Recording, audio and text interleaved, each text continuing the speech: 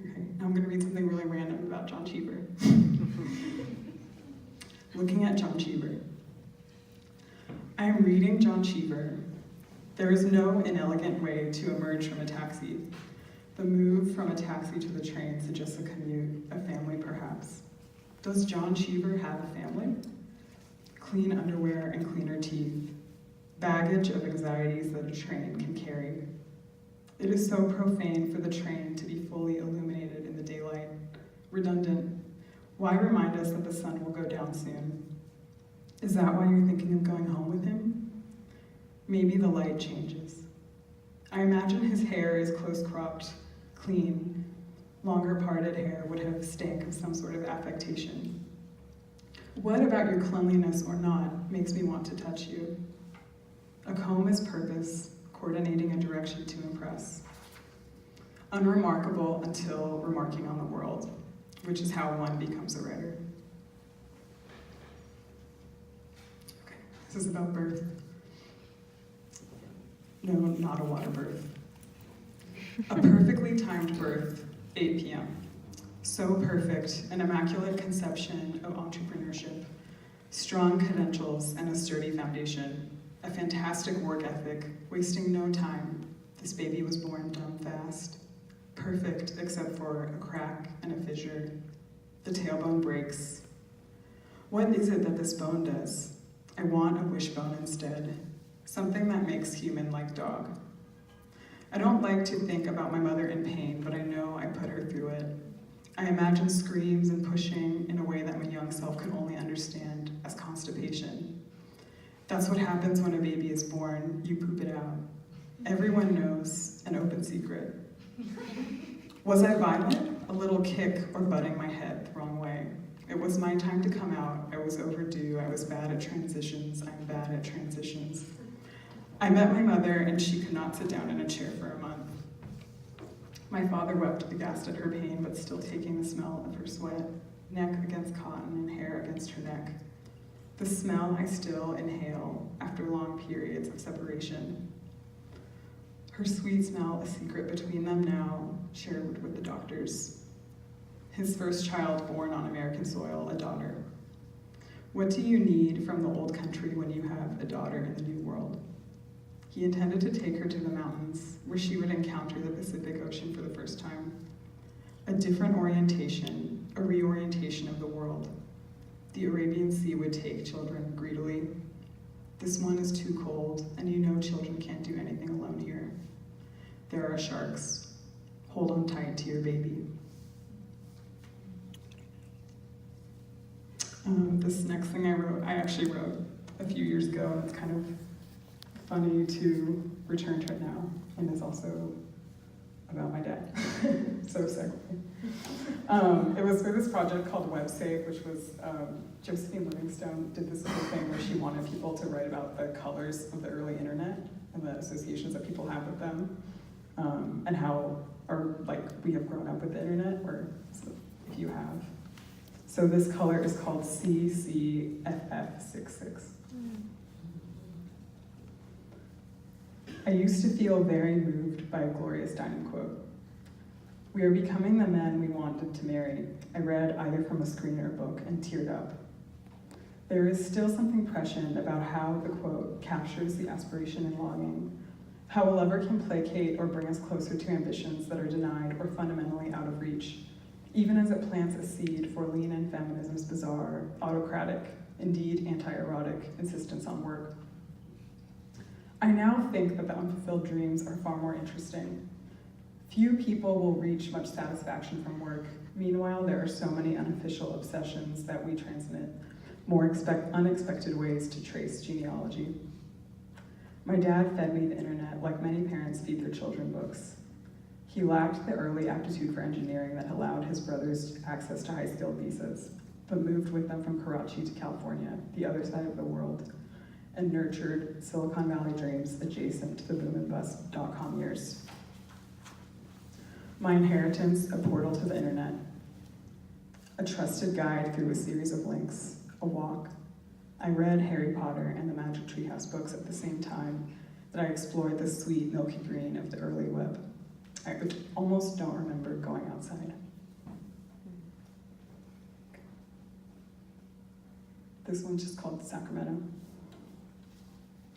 We've been texting for a few days, and between sending each other a feverish string of perverted messages, send me a picture of your mouth immediately. Pinched my nip for you in public. Do you think your boss would mind if I sat in your desk chair and you sat on my lap all day while working? If you get bored, think about me. We send each other pictures of our families. They have a tattoo of their grandmother's initials in cursive around a black line that is thin and quietly curved like letters. I didn't notice when we were fucking. They tell me that when they and their sister are in the same place, they watch the part of Moana, when the grandmother turns into a dolphin as she dies, and cry. I send a picture of my parents' wedding photo with my dad's family. My mother, tall, white, and thin, has a perm and is wearing a style of wedding dress that must have looked nice in 1990, but currently reads something more like Dracula's wedding. Her smile is so garishly big, her teeth so prominently tall, and lips painted strawberry pink, red with a hint of mania, like a Tim Burton character, a Ralph Lauren model version, Helena Bonham Carter. Looking at it, I wonder, is it possible to be that young and happy, or is there a delirium of getting away with something? Thinking about mothers can make me feel cruel and horrible. My mother is 27 and orphaned by the time of this wedding. Behind her, my grandmother, Mukhtar, is about a foot shorter, brown, with dyed jet black hair, middle parted, and pulled into a bun that frames her round face, noticeably unsmiling, so disappointed her son has chosen to marry a white woman. She never learned more than a few phrases of English, and this photo reminds me that she really never needed to, when this was so effective in assuring that she would never have to speak to white people in the last 15 years of her life. She and my mom must never have exchanged more than a few words. You send me back a zoomed-in, screenshotted picture of my grandmother's hand. It's all about the really tense hand placement, they say. It's a detail I hadn't noticed in the photo before, despite looking at it hundreds of times. My grandmother's hands that I knew in ways that had been so caring to me, rubbing oil into my scalp and through my hair, extending a cupped hand for me to join her on the couch or in the kitchen, were erect and stiff against her bright fuchsia dress. Okay, and this is the last thing I'll be reading. This one's newest. Road trip. I believed it was a string left to me by a friend, circling around the garden and the stone path on the side of the house. The stones laid out were patchy, the grass sparse but bright green. Over and through little spikes, I followed the string through, stepping on it. I will follow your string, but with some disobedience. Where you are taking me is a question I will ask later. I arrived to your driveway, happy to discover a large white Infiniti with a hatchback. There are gold finishes. I blink and the white becomes beige. Creamy, where's a seat? The seats are plush with many cup holders. My children, once I have them and put them in this car, will have a home movie station. There will be space for all of their sodas, and we can all drink soda together, and I will also provide straws. But no. Yes, you will have a future of greasy hands and fingers stained with salt, but it will be different than you imagined. Get in the car, follow the string. I drive to you. Interlude. A long, lonesome journey. A long, lonesome journey. A long, lonesome journey. Heaving, crying in the distance. Oh, if I could cry, then maybe I could feel.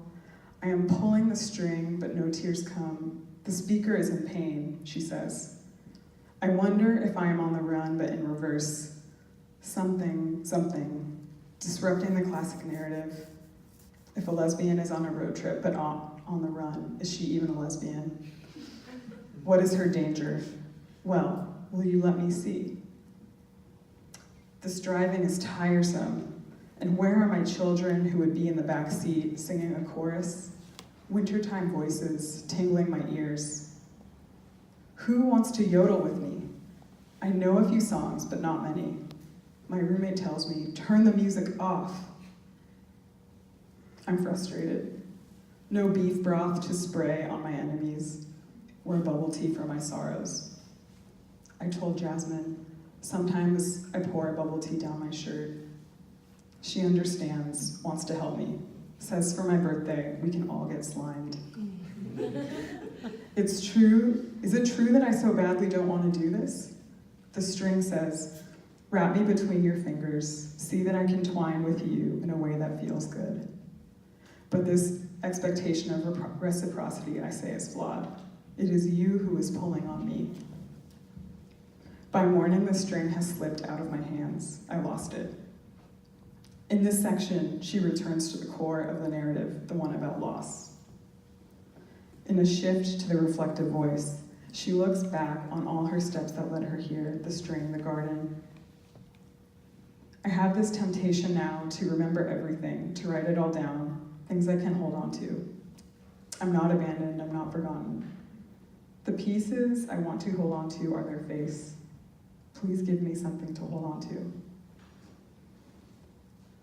All relationships are co-created, but sometimes the burden falls on one. Thank you.